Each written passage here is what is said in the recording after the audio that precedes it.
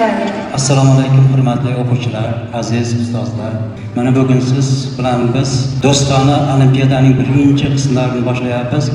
Bu yerga siz bilimlilarning bilimdoni bo'lib kelgansiz. Xalqaro olimpiadaga qatnashish, kuchli bilimga ega bo'lgan o'quvchilardan bo'ladi. Men sizlarga hammangizga kuch-quvvat tilayman, omad tilayman.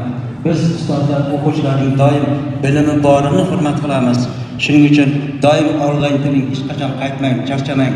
Bizning bu uchrashuvimiz abadiy bo'ladi degan umiddaman. Nafaqat olimpiadada, ilm sohasida, madaniyat sohasida ham do'stona xalqaro birlashgan holatda katta ishlar qilishga qo'limiz yetadi. Faqat biz birlashsak bo'ldi.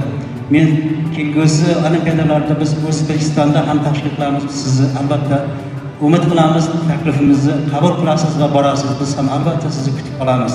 Siz bilan biz jahonga chiqishga umidvormiz. Jahonga chiqqan har bir kuchli talaba xuddi sizdek talaba. Sizga ham baxt bir xil berilgan, unga ham bir xil. Hech qachon charchamang, to'xtamang, faqat olg'a bosing. Hammangizga omad tilayman. Rahmat.